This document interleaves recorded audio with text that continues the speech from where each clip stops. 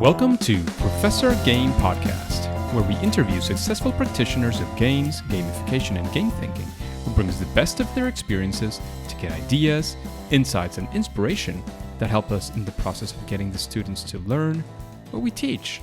And I'm Rob Alvarez. I teach and work at IE Business School in Madrid, where we create interactive and engaging learning materials. Want to know more?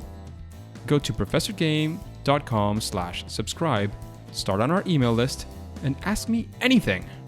Welcome, engagers. Once again, we are on Professor Game Podcast, and we have Stephen with us today. But Stephen, before we get started, are you prepared to engage? I sure am. We are today with Stephen, who is the founder of Inc. Best Workplaces Company, monthly contributor to Forbes.com, and regular speaker at EdTech conferences. He creates games to educate and activate audiences. And since launching the game agency 13 years ago and the training arcade 4 years ago, he has developed award-winning games for new employee onboarding, sales and product training, leadership development, safety, security, compliance, systems and processes, customer services, and many other training topics. And he has also helped shape the education industry and disrupt traditional learning methods with the creation of interactive games such as S.T.E.M, financial literacy, and social skills, which have been deployed in thousands of schools. So that sounds like fantastic stuff that we can talk about today. Stephen, is there anything that we're missing that you want to talk about before we kick off? No, I'm looking forward to it. There's a lot to dig into. So let's do that, Stephen. And we want to get to know our guests very, very quickly. And we want to know, what does a day in the life of Stephen, what does being you in a day like today look like? What are the things that you do in these days? Well, I have an active game at home, which is called Take Care of My 3 Kids. But outside of that, I run a small company. The game agency is about 50 people strong. And really, we're focused on 2 things, building a lot of custom games. And it could be across any of those topics that you just listed off. But also, we launched a few years ago a product called the Training Arcade that allows people to create their own games. And as is indicative with the name, it's really focused on making training and education a lot more interactive, a lot more effective, and a lot more fun. And so, the reality is that regardless of whether we're building something custom or using our tool to allow people to build their own things, we're very content agnostic and really just focused on how can you use games, game theory, gamification to make learning a much more effective experience. That sounds absolutely fantastic. And Stephen, now that we know you a bit more, we've seen, what do you do very, very quickly. Can you tell us, we always, sort of come in strong in that sense. We want to know of a time that you might even call your favorite fail or first attempt in learning.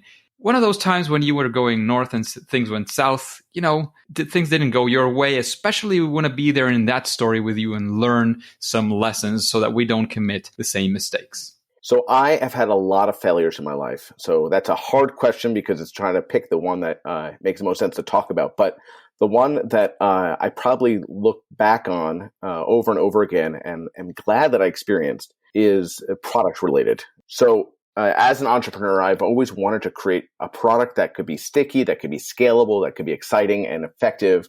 And certainly using games and gamification as the core has been my focus. And over the years, I've built out a few different products. But, the interesting thing is that when I initially started, and I should mention that our company today runs 2 products. It runs the Training Arcade, which I mentioned earlier, but it also runs a product called Motivate Cloud. And Motivate Cloud is a gamified learning management system. So in short, users get points for everything they do. They take courses, they participate in a social feed, they do different activities, and all those points really lead up to tangible rewards. And I thought this was the most innovative idea possible. But the reality is that when I launched this back in 2012, I really neglected to look at the marketplace and understand the fact that there were 1,000 other learning management systems out there and that I'd be competing with every single one of them, especially the big guys who had marketing budgets in the 7-figure marks, right? So what I realized as a result, and luckily we've been able to build a nice product and sustain it and grow it, but the mistake that I made and something that really helped focus me into the next chapter of my career was thinking about how do you build products regardless of the industry or regardless of the focus, that make other products better, right? Because I went in there creating this learning management system that I'm very proud of, but competed with so many other things. So fast forward a few years later, I wanted to create my next product, which is the training arcade, which plugs into every learning management system, plugs into all online webinar platforms, plugs into lots of different third-party solutions and makes them better. And that was a really great lesson for me because I learned early on that if you're going to go and compete, the hill is way higher. But if you're going to build a product that can make other solutions better, the opportunities are so vast and there's lots of room for scalability that you wouldn't experience otherwise. Absolutely. Absolutely. You're thinking of not reinventing the wheel in many ways, but rather improving the wheel. And that would be something, a pretty interesting lesson you took from that experience, knowing that there are other people out there as well doing interesting things, especially when there are big fish, as you were saying. So thank you for that story, Stephen. That's very, very interesting. And let's take a 180-degree spin. Let's go actually for a time in which you did something that you would now call a success, something that you want to be proud of and maybe have that proud moment with us here today. What would you say that story would be? So there's lots of games we've built over time. And I think that, some of the ones that I'm most proud of, and I'm, coming out of the gamification world and going right into games, but a lot of the games that we've created in the education space certainly give me a lot of pride.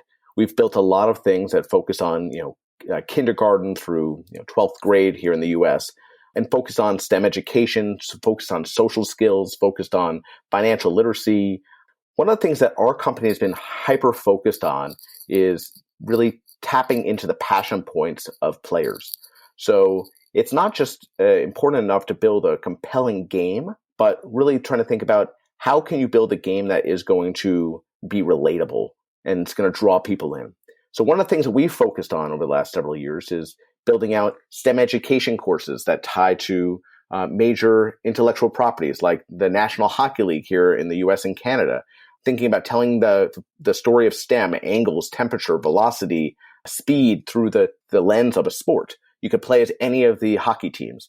We worked with Major League Baseball here in the US to think about introducing key math and linguistic concepts to people. Possibly the one that really got me the most exciting is one that we focused on that is called the Compassion Project that we built in conjunction with with the underwriting of LinkedIn. And thinking about how do you work with kindergartners through second graders to think about those social skills and those interpersonal skills and relating to one another. And so we've really focused a lot on telling stories, using gameplay as an interactive driver, but really touching upon the passion points of the player, because when you do that, you're not only going to get them to play, but you're going to get them to play over and over and over again. And as a result, the information is going to be a lot more sticky and successful. Absolutely. That makes a lot of sense. In fact, sounds like the passion that drove you actually to this whole industry. And that is our main topic, definitely here on the podcast. So, Stephen, that sounds great. It seems you've had plenty of time, plenty of experience to find out things and new things and more things.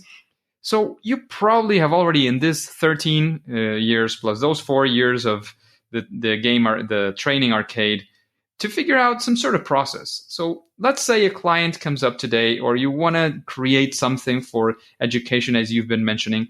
How do you do it? What happens? Like, what's the process? Is there a process? How do you do these things?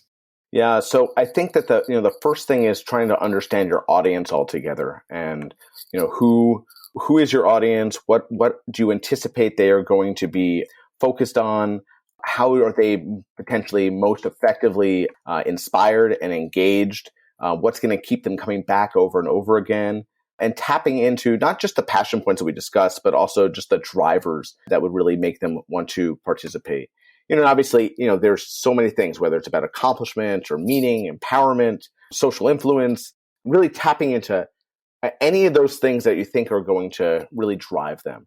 And then I think thinking about, on top of that, what is the storyline that's going to really be most applicable? What's going to get them feeling like they're part of something bigger? And if they're part of something bigger, most likely they're going to stick with it and they're going to participate over and over again. Then it's thinking about both intrinsic and extrinsic motivations. what's actually going to drive them.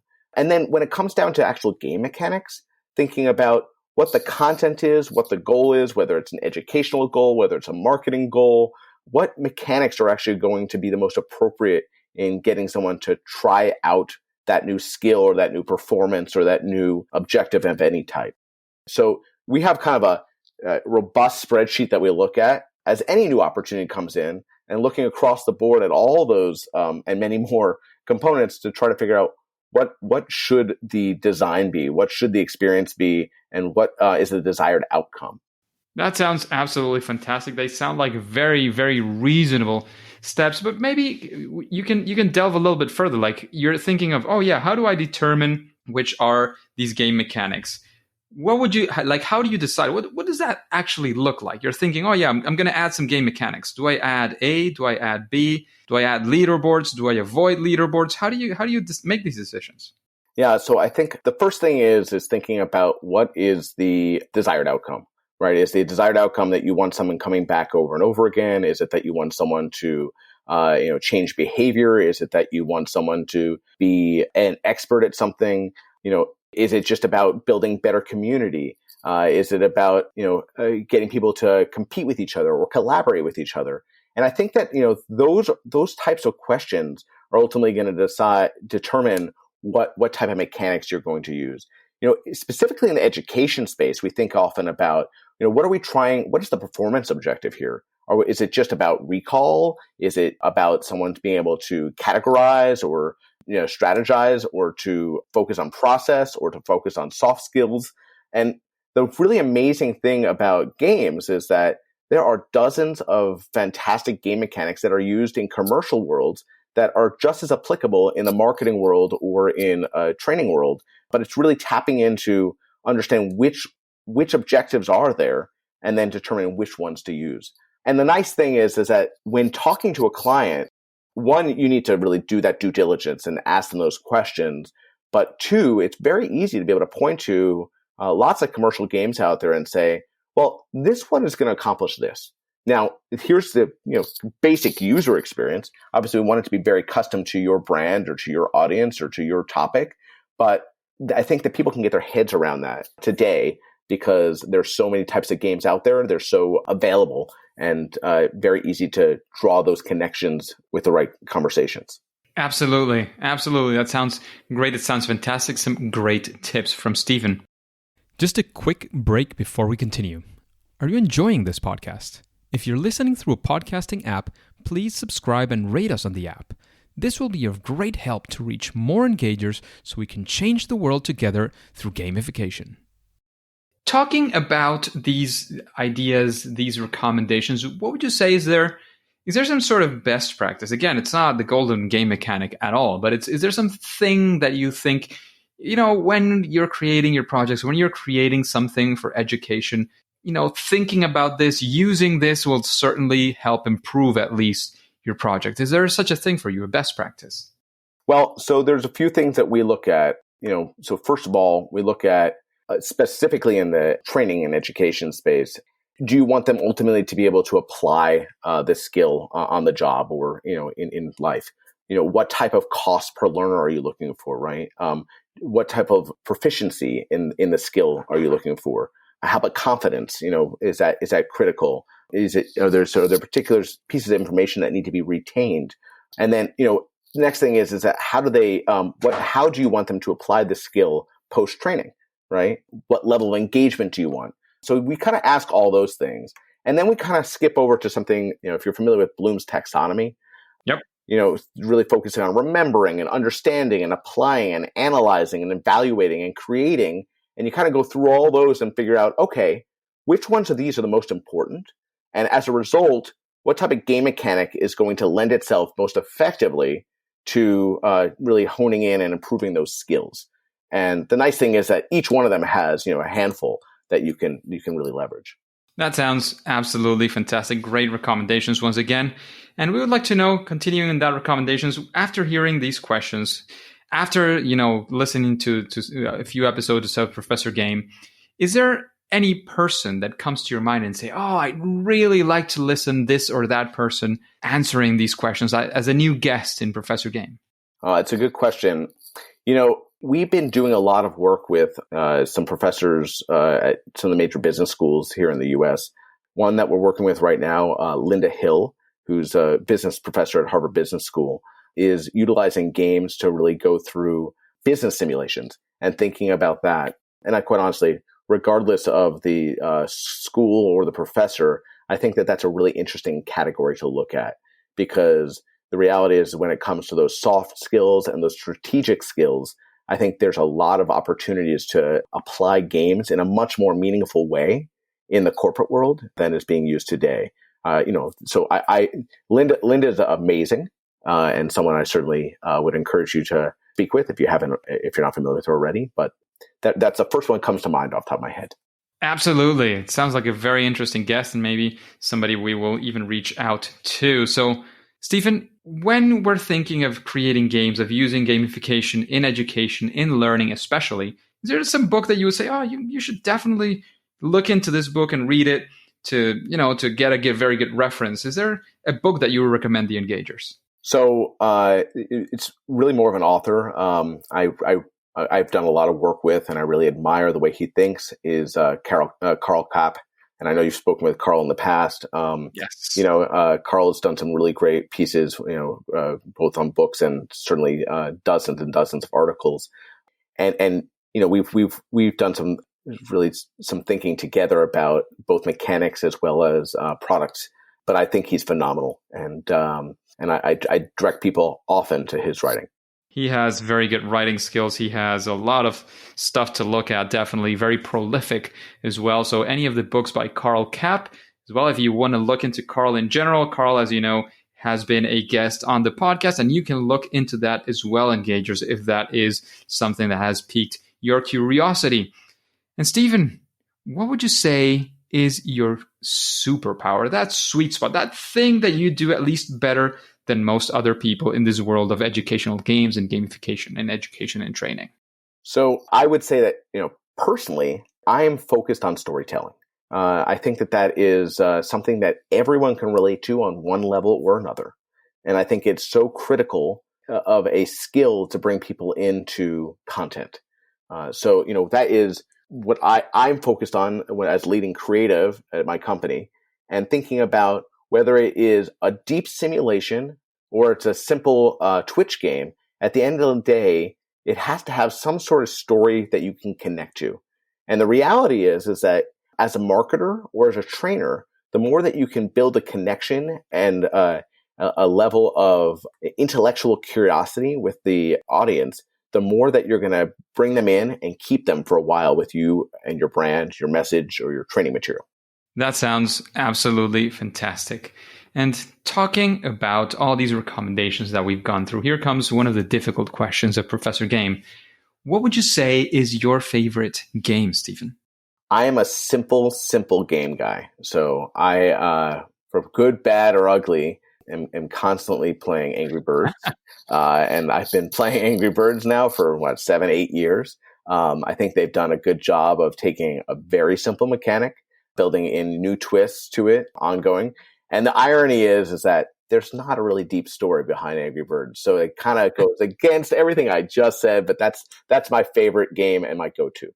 That makes a lot of sense. That is a beautiful game. Many people enjoy it. It's been an example for many people as well. And now that we're here and we still have some time left, Stephen, we'd like to make you a random question coming from the audience, and let's, pick it randomly here, and here it comes. All right. So what would you say is the most common mistake that you have seen when applying gamification in educational settings? So basically, what are the mistakes you see more often, especially done by other people, of course? It's easier to observe them from the outside. Sure. And I'm sure I'm guilty of this at some point in my career as well. But the one I talk about all the time is chocolate covered broccoli, which is, at the end of the day, you can't just call something a game and expect it to be a game, right? So how many times have we seen, people bring quizzes to the forefront and say, this amazing game, all you got to do is answer these 10 questions and we'll see who gets the most points. And you think to yourself,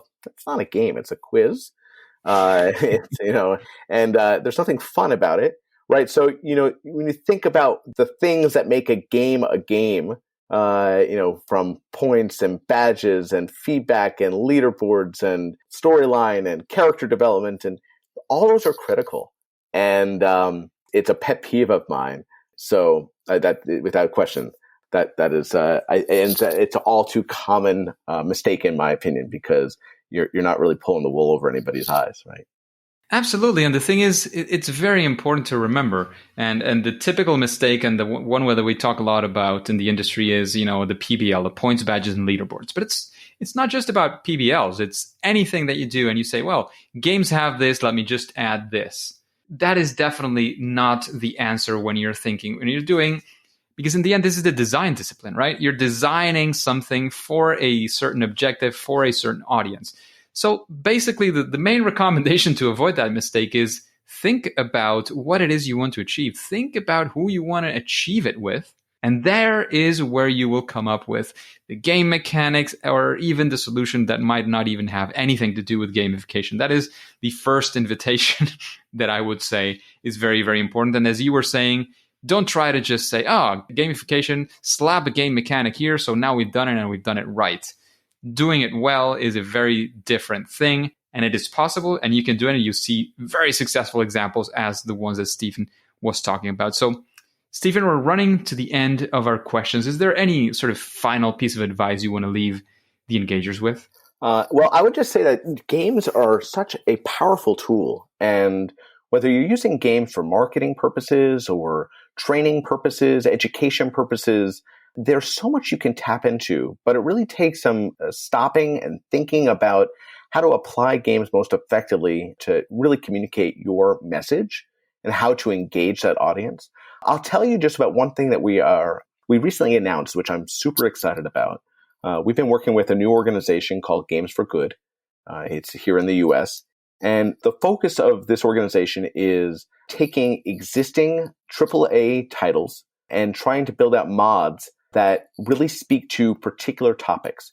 So what we're trying to do here is sit at the intersection of well-known games, really important topics, and that could be anywhere from female empowerment to hunger to social injustice, and trying to get companies who have social good dollars and want to really get behind important causes underwrite those mods.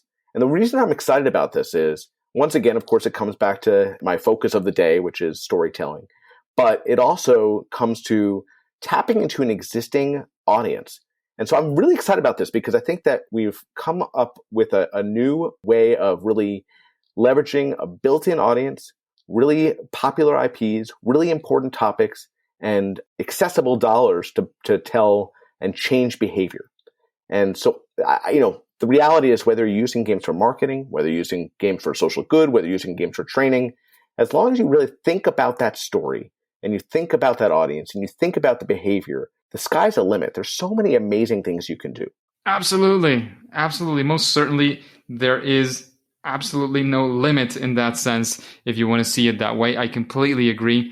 And this links very well into our next and last question is, where can we find out more about Stephen and about the companies that you've been talking about all these mods and all these things that you've been mentioning recently as well? Where can we find you in the world of the internet? So my company is called The Game Agency. I'm into very literal names, so thegameagency.com. Our product is called The Training Arcade, thetrainingarcade.com.